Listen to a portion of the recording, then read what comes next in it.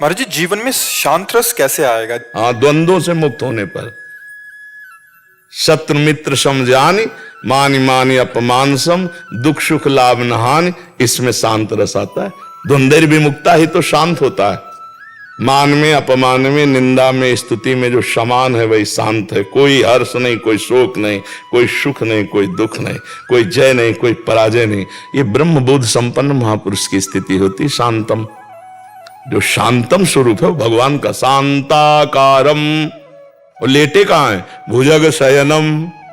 कितना भयावह, भुजग शयनम पर शांताकारम। ऐसे भारी से भारी द्वंद्व की स्थिति में भी जिसका चित्त उद्विग्न नहीं होता वो शांत होता है।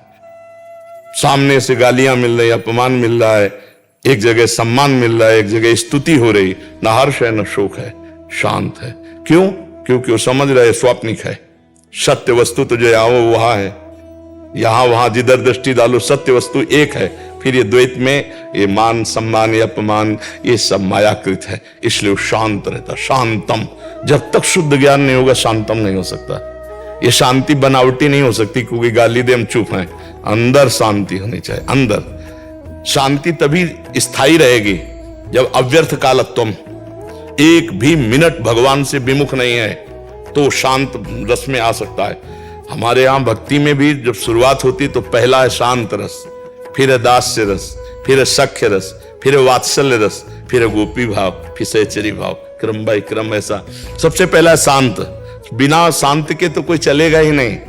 तो शांति बहुत बड़ी स्थिति है। चुप रहना, कोई गाली दे रहा उसे शांति नहीं कहते। जैसे कोई विदेशी भाषा में हमें गाली दे हम मुस्कुराएंगे केवल देख के। जब हमारी भाषा में हमको गाली दे वो हम मुस्कुराएं, बिल्कुल हृदय शीतल, कोई फर्क नहीं पड़ा, तो वो शांति को प्राप्त हो रहा है। देहाभिमान उसका गलित हुआ है। लेकिन भाई प्रवचन कर लेना और सुन लेना सरल है। जैसे हम अपने आप को बोले मैं बहुत अधम नीच हूं, जैसा भी हूं भगवान कहूं मैं बहुत दया का पात्र हूं, तो इसमें लगता है महात्मा की दैल्यता है। और जब दूसरा बोलता है तब हमको लगना चाहिए कि हमारी बात तो बोल रहा है, हे भगवान अब तो कृपा करो ना, देखो गवाही मिल गया। ले फिर हमको आनंद होना चाहिए, देखो प्रभु गवाही मिल गया। पहले तो हम ही अकेले कहते थे, अब ये भी कहने लगे अब तो हम पर दया करो। लेकिन उस समय नहीं आएगा ये बात। कोई भगवान का प्रेमी महात्मा होता है जो शांत होता है, नहीं बड़े बड़े तपस्वियों में अशांति हो जाती है। भृगु जी शांति देखने के लिए पहुंचे ब्रह्मा जी के पास, वैसे खड़े हो गए। अब ब्रह्मा जी के पास जाए जगत गुरु ब्रह्मा जी, तो क्रोध तो आया पर उनका पुत्र ही है भृगु। इसने कहा क्या सभ्यता है, ऐसे आके खड़े हो गए, न प्रणाम न नमस्कार न कुछ, चले गए चुपचाप। कैलाश पहुंचे, भगवान शिव ने कहा आओ भृगु जी आओ। बोले नहीं, मुंडों की माला धारण करते हो, चिता की भस्म लगाए हो, क्या तुम्हें आलिंगन करे? अरे होगा तुम ऐसा समझते, त्रिशूल उठाया। भृगु जी ने प्रणाम किया और वहां से निकले। वैकुंठ पहुंचे, भगवान की छाती में सीधे लात मारा। भगवान एकदम उठे, भृगु जी हमारा हृदय बहुत कठोर है, तुम्हारा चरण बहुत कोमल है, अगर चोट लग गई हो तो क्षमा करो, अगर मुझे पहले से पता होता कि आप आ रहे हो तो आपकी अगवानी कर। भृगु जी के आंसू आ गए। शांताकारम मुझे से ये शांताकारम। शांति बहुत बड़ी चीज है। शांति का मतलब ये नहीं कि कोई गाली दे हम चुप हो गए तो बोले शांत है, नहीं, अंदर भी हलचल नहीं होनी चाहिए और उसके प्रति पूज्य भाव मंगल भावना होनी चाहिए। करत जे अनुशहन निंदक तीनों पे अनुग्रह कियो, जो हमारी निंदा करे, जो हमारा अपमान करे, जो हमारा अमंगल चाहे उनका भी मंगल चाहे। ये शांत पुरुष का लक्षण है। ये केवल ब्रह्म ज्ञान से आता है। भगवान के चरणों का चिंतन करते हुए जब बुद्धि पवित्र होती है तो जीव को अपने स्वरूप का ज्ञान होता है। मम दर्शन फल परम अनुपा, जीव पाओ निज सहज स्वरूपा।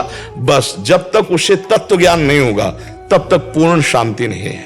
देखो, श्रद्धावान लभते ज्ञानम तत्परा सहितेन्द्रिया, और ज्ञानम लब्ध्वा परम शांति मचिरे आधि गच्छति। जब तक ज्ञान नहीं होगा तब तक परम शांति नहीं प्राप्त हो सकती।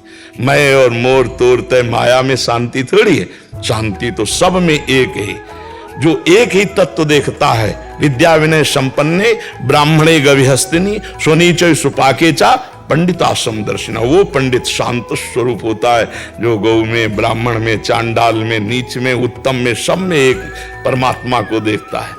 वही वास्तविक शांति को प्राप्त होता है। थोड़ी देर मौन हो जाना, हट जाना, इसे शांति नहीं कहते।